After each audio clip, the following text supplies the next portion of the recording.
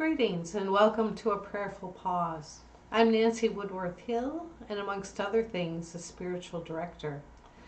Today we will look at the welcome prayer, also called the welcoming prayer, which is a method, as indicated by its title, that assists us to focus on welcoming our thoughts, feelings, fears, desires, emotions, uncertainties perhaps, which emerge from the events and circumstances of our daily lives. The welcoming prayer considers what arises in us not as elements to be repressed, but rather brought into the divine light by naming, welcoming, and then releasing them to God. It fosters a practice of surrender in daily life. It's important to note that what's being surrendered are the thoughts, feelings, fears, desires, emotions, not the situation which gives rise to them. The goal then is to surrender, or welcome, and let's just choose anger. So we welcome the anger so that we ourselves do not become anger.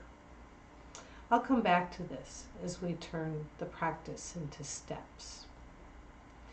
So this prayer was developed by Mary Mrzowski. It's based on the 18th century French spiritual classic Abandonment to Divine Providence by Jean-Pierre Caussade, as well as the teachings of Father Thomas Keating. He was a Trappist monk and developer of the centering prayer technique.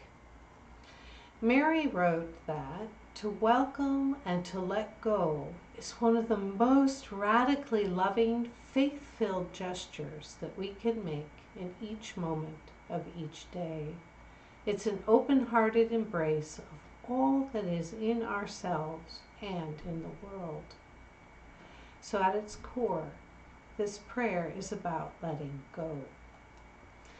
The purpose of the welcoming prayer is to deepen our relationship with God through consenting or welcoming during ordinary activities.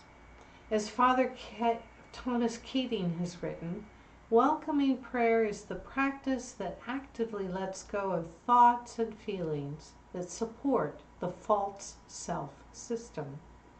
It embraces painful emotions experienced in the body rather than avoiding them or trying to suppress them.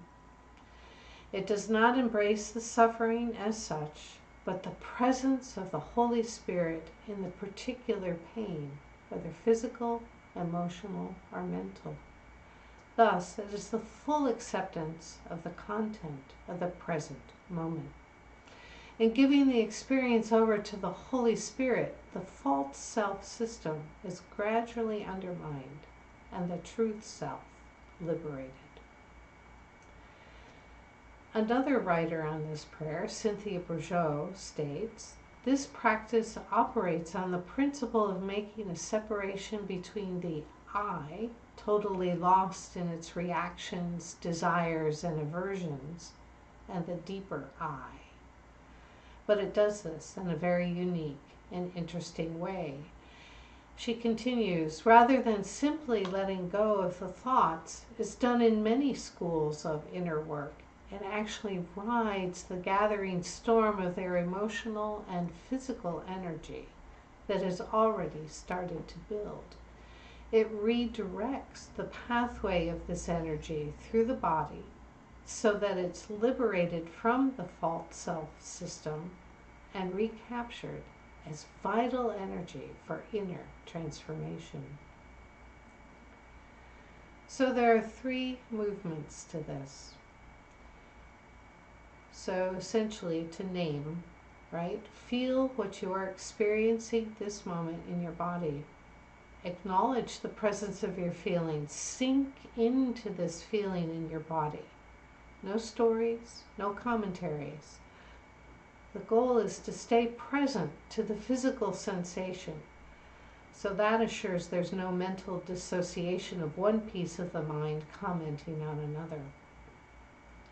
The goal is to work with the feeling, not the situation which brings about the feeling. So decisions on a situation can come at a different time. Then once you've named it and sunk into that feeling, the second step is to welcome. Welcome what you are experiencing this moment in your body, be it physical or mental pain or emotional distress or even self-satisfaction. It's the sensation you are accepting, the emotional signature, rather than the external situation.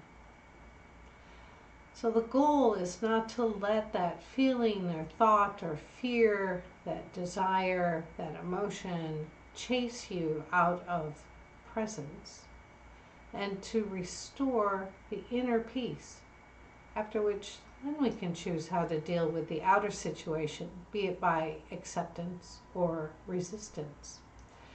Perhaps for some, I've heard imaging God at the head of the table as you welcome each feeling guest in turn. I find that I work best with one at a time. So these two steps, to name and then to welcome, are the core of the practice. The third and final step is actually something you should not get to too quickly, because the real work is in the first two steps. The third one is to let it go, let it dissolve.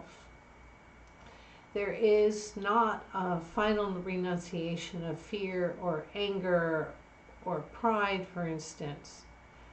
It's just a way to wave farewell to an emotion or thought or fear by saying, I let go of my anger, or I give my anger to God, or simply assume a posture of surrender, however that feels best for you, or breathe a deep breath of release. You could also craft or use a prayer. You see, the goal here is correct inner alignment. So here's the prayer that Mary Mrzowski wrote. I let go of my desire for security and survival. I let go of my desire for esteem and affection. I let go of my desire for power and control. I let go of my desire to change the situation. Then give thanks, take a breath, and go on with your day. Go in peace.